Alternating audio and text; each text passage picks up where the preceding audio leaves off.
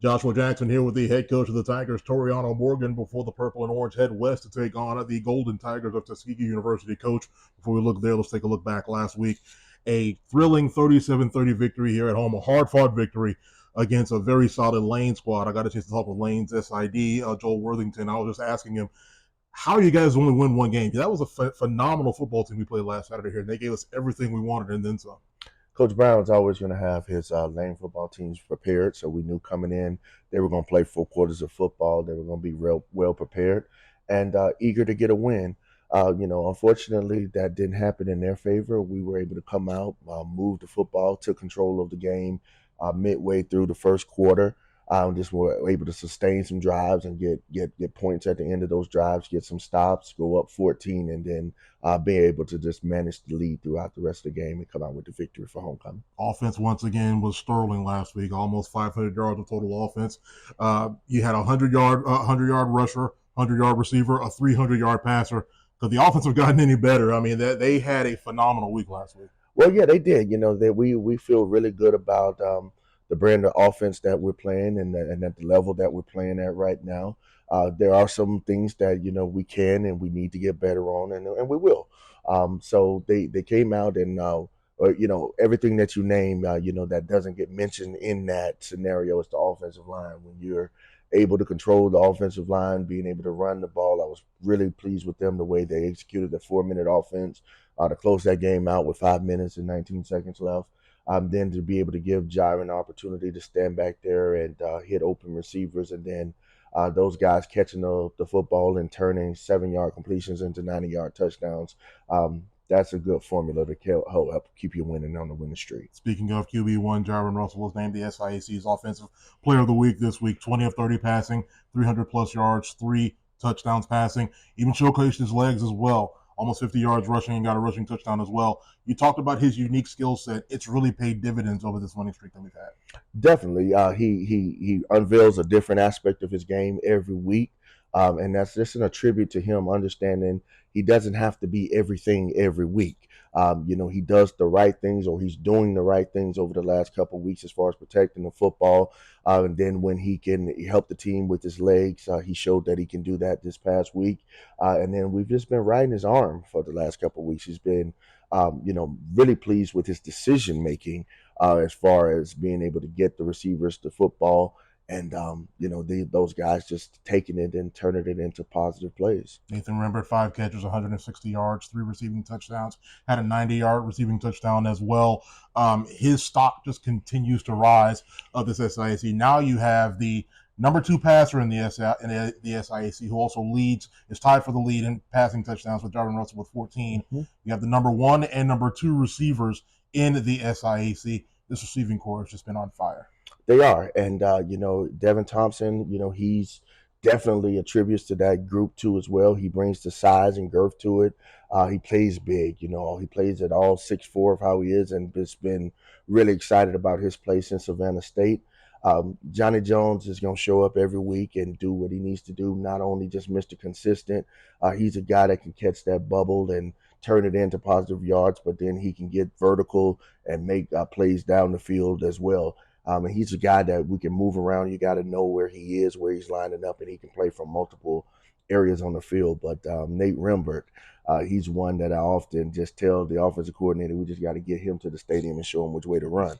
And he does that really well. He runs really fast when he has that football in his hands.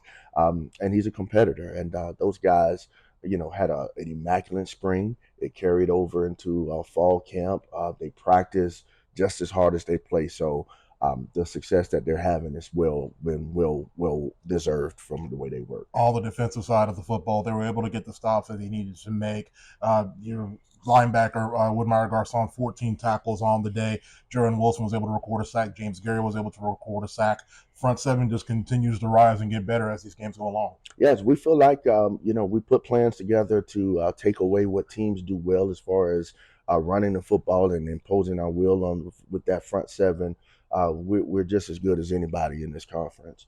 They were immaculate on first and second down this past week, getting stops. We still have opportunities there on third down that we're going to get corrected. But I was really pleased with my Garcon, not just this week. He's another one that's every week he packs it in, comes to play, and 14 tackles. That's a heck of a week right there. Without question. And the secondary, again, they had a little bit of warts and that sort of thing, but they were able to get a takeaway. Vashawn Stockman gets his second consecutive takeaway of the season. He was able to get an interception. That secondary, there's some opportunities there, but they're starting to grasp some things, and we're really going to lean on them a lot through the stretch run here the rest of the season. Absolutely. They're creating turnovers now. They're making the plays on first and second down.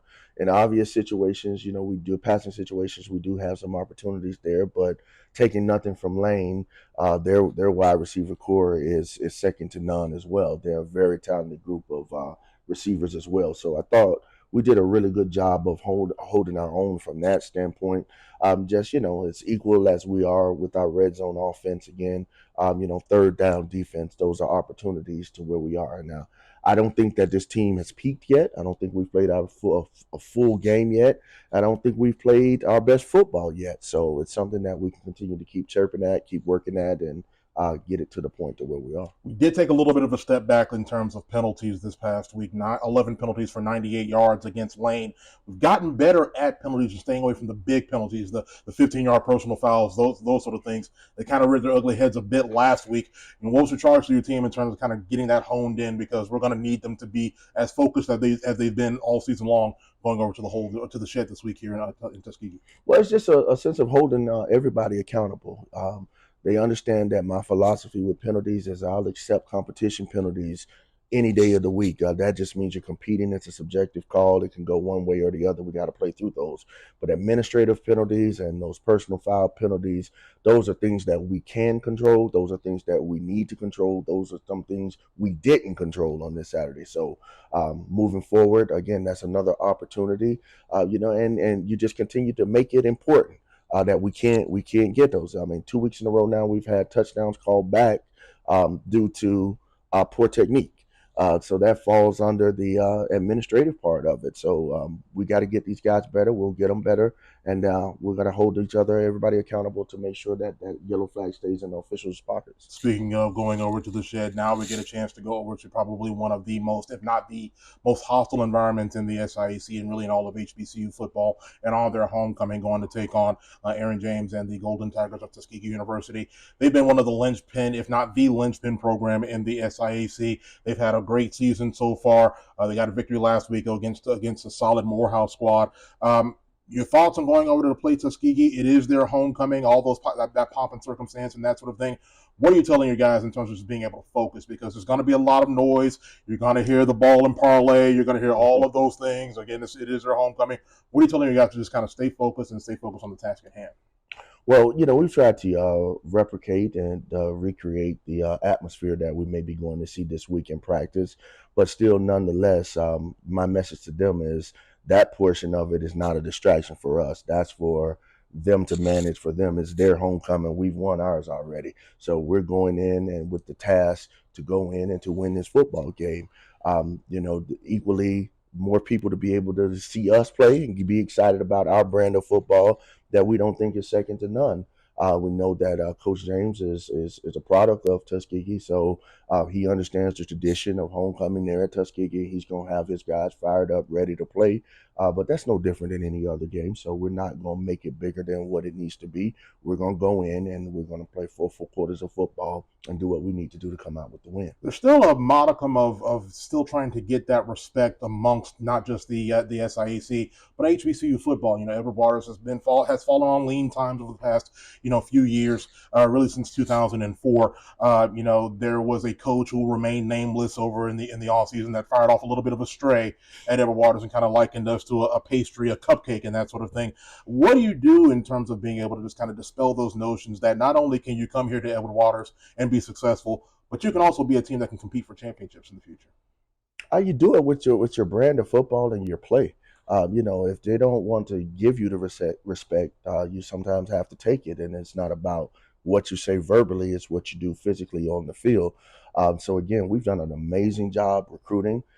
We feel like we have pound for pound, athlete for athlete.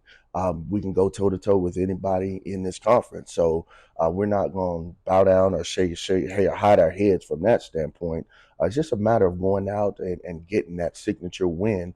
And every week we're blessed to go out and play. Every week we go out to play and we get that win. We're one step closer. So I think the guys understand this about the respect of each other that we have for each other in this room.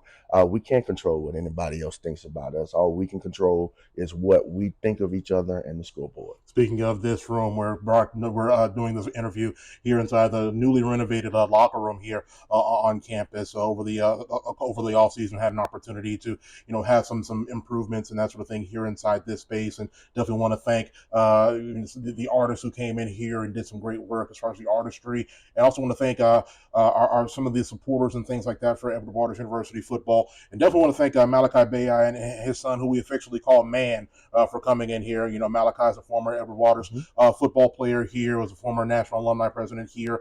What does that mean to you to be able to have the support of your community partners and alumni to be able to come in and contribute and be able to do some things to help take this program to the next level? To have a national brand like Bono's come in and be able to readily and wanting to assist, improve the experience for these student athletes was immaculate.